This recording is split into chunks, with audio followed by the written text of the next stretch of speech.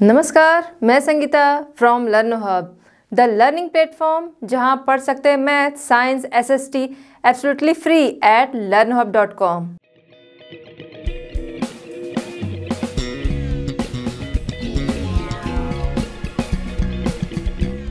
बच्चों, आज हम लाए हैं आपके लिए NCERT solutions for class 10th। Topic है resource and development, question 1 to 3।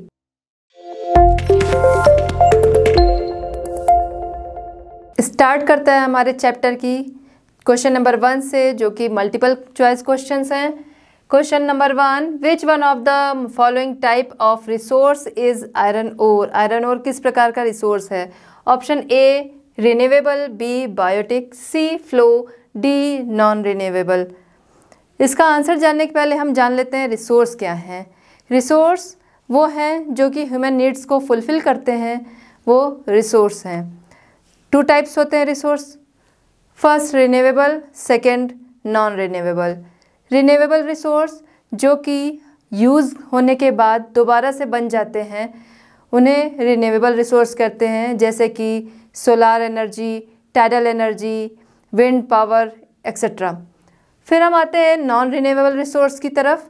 Non renewable resource जो कि यूज़ होने के बाद समाप्त हो जाते हैं या जिनको बनने में 1000 मिलियन ईयर्स लग जाते हैं, वो हमारे नॉन रिन्यूएबल रिसोर्स हैं। इनमें आता है हमारा मेटल्स आते हैं, गैसेस आती हैं, पेट्रोलियम आते हैं etcetera.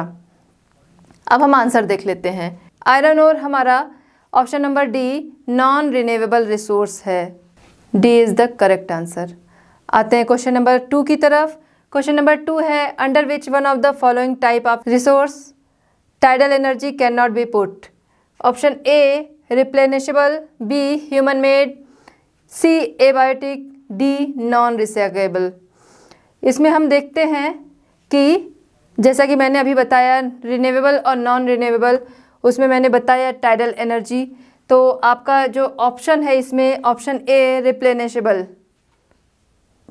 Correct answer is option A. अब हम आते हैं हमारे क्वेश्चन नंबर 3 की तरफ। क्वेश्चन नंबर 3 है, Which one of the following is main cause of land degradation in Punjab? A. Intensive cultivation, B. Deforestation, C. Over irrigation, D. Overgrazing। Question हमारा है main cause of land degradation in Punjab. Option इसमें है correct answer option C over irrigation. चलते हैं हमारे next question की तरफ। Question number 4। Question number 4 हमारा है, in which one of the following states is terrace cultivation practised. Option A Punjab, B plains of Uttar Pradesh, C Haryana, D Uttarakhand. हम सभी को पता है टेरेस कल्टीवेशन होता है हिली एरियाज़ में, तो इनमें से कौन सा ऐसा स्टेट है जो कि हिली एरिया में आता है? ऑप्शन डी करेक्ट होगा हमारा। राइट आंसर हमारा है ऑप्शन डी उत्तराखंड। अब हम चलते हैं हमारे नेक्स्ट क्वेश्चन की तरफ। Question number 5। क्वेश्चन नंबर 5 हमारा है, in which one of the following states black soil is predominantly found. Option A Jammu Kashmir, B Maharashtra, C Rajasthan and D Jharkhand. Black soil हमारी पाई जाती है महाराष्ट्र में, इसलिए इस क्वेश्चन का राइट आंसर हमारा होगा ऑप्शन सी महाराष्ट्र। चलते हैं हमारे नेक्स्ट क्वेश्चन नंबर 2 की तरफ।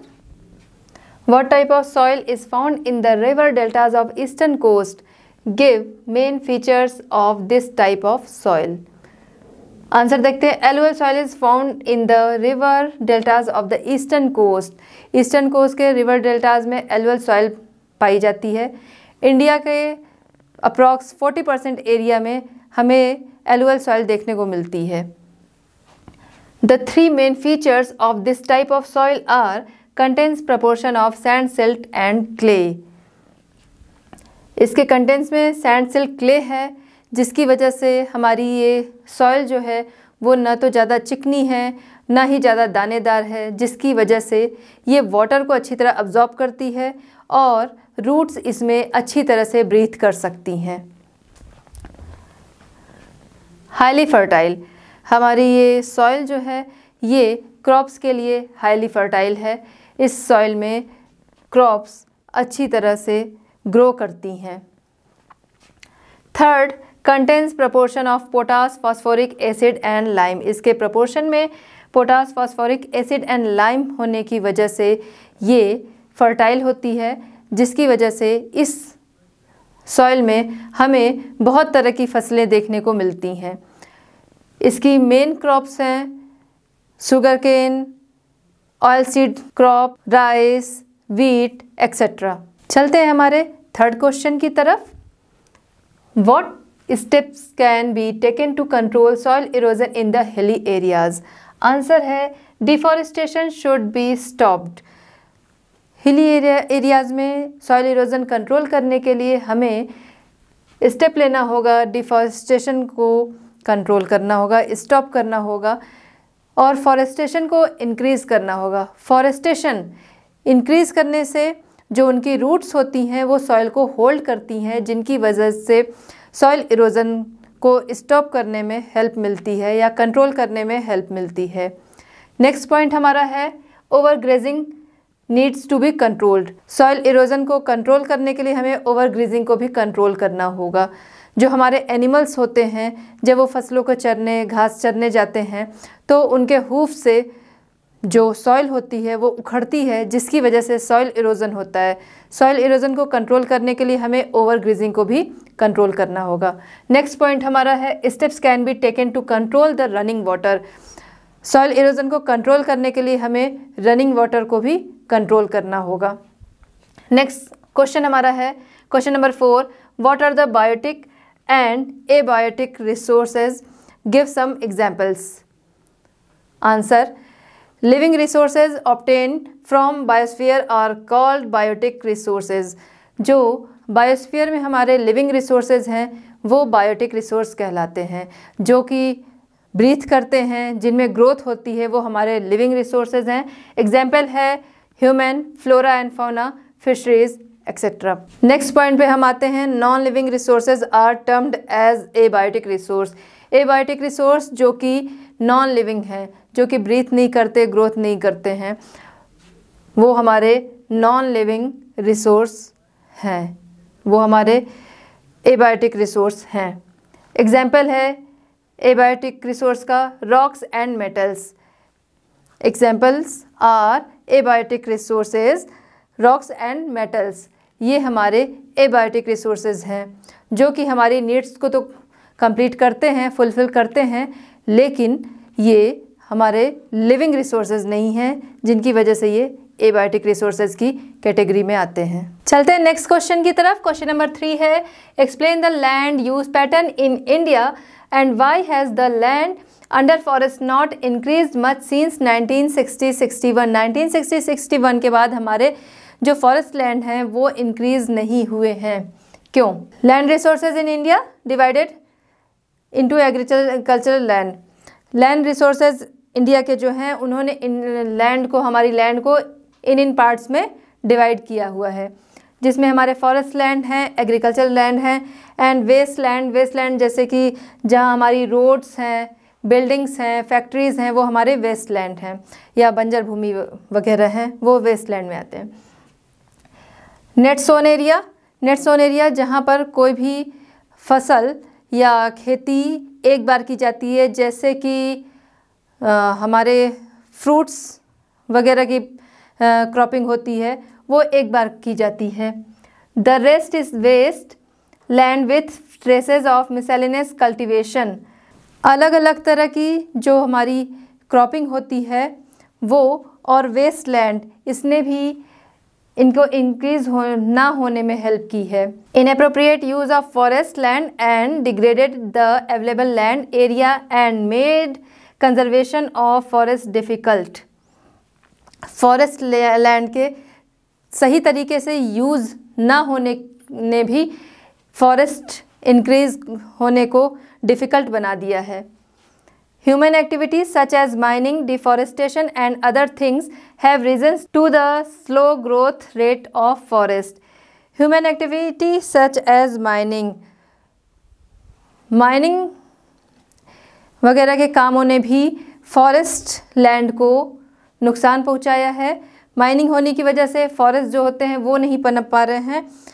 Human activity, deforestation and other things have reasons, और अदर बहुत से रीजंस हैं जिसने फॉरेस्ट ग्रोथ को डिफ़िकल्ट बनाया है और फॉरेस्ट ग्रोथ को स्लो किया है। इंडियन फॉरेस्ट पॉलिसी के अकॉर्डिंग हमारी टोटल 33% पोर्शन पे फॉरेस्ट होने चाहिए, जबकि ये अभी हमारा 1960 से 61 के बाद 1960-61 के बाद ये हमारा 22.5% अभी रह गया है, जिसकी वजह से 1960-61 के बाद ये इंक्रीज़ नहीं हुए हैं। So these some reasons are land under forest not increased much since 1960-61। चलते हैं हमारे नेक्स्ट क्वेश्चन की तरफ। क्वेश्चन है the following factors have been responsible for technical and economical development leading to overconsumption of resources। Technological development हमारा हुआ जिसकी वजह से तरह तरह की मशीनें आई, इंडस्ट्रियलाइजेशन हमारा बढ़ा और इसकी वजह से इंक्रीज्ड हुए नेचुरल रिसोर्सेज के यूज़। टेक्नोलॉजी की हेल्प से रिसोर्सेज को पाने में हमें हेल्प मिली, जिनकी वजह से इनके यूजेस में इंक्रीमेंट हुआ। Technical progress also result in efficient machinery, increase production and greater consumption of resources. Technical progress हुई जिसकी वजह से मशीनें बढ़ी और जो प्रोडक्शन था वो बढ़ा, और ग्रेटर कंजप्शन ऑफ रिसोर्सेज जिसकी प्रोडक्शन अधिक बढ़ा और रिसोर्सेज की जो डिमांड थी वो बढ़ी, जिसकी वजह से रिसोर्स के कंजप्शन जो हुए वो हमारे इंक्रीज़ हुए। ग्रेटर कंजप्शन ऑफ रिसोर्सेज, अधिक मात्रा में रिसोर्सेज का कंजप्शन होने लगा। Technological development and economical progress have led to populations increasing due to low mortality at all ages. With new developments in medicine and healthcare, fewer people die due to accidents, disease, childbirth, etc.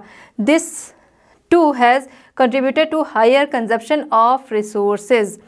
Technological development और economical progress होने की वजह से जो population है वो increase हुई इस तरीके से कि लोगों को दूसरे new developments in medicine and health care development हुए हेल्थ केयर और मेडिसिन्स वगैरह में।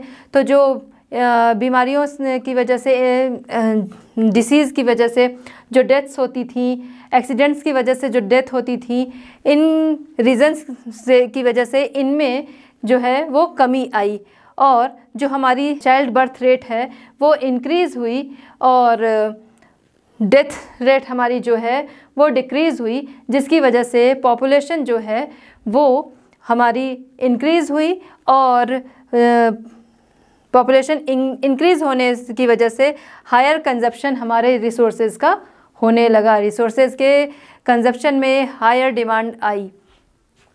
Technological development has also improved the process of mining. Technological development की वजह से तरह तरह की मशीनें आ गई, जिसकी वजह से माइनिंग जो है वो इम्प्रूव हुई और ज़्यादा मात्रा में माइनिंग की जाने लगी।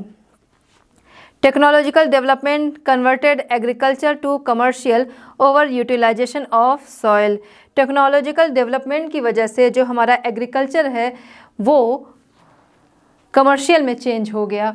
कमर्शियल में चेंज होने की वजह से इनकी कंजप्शन ज़्यादा हो गई और सॉइल जो है उसका ओवर यूटिलाइजेशन होने लगा। तो इसके साथ ही हमारा ये चैप्टर होता है कंप्लीट। तो हमारा ये चैप्टर आज कंप्लीट होता है।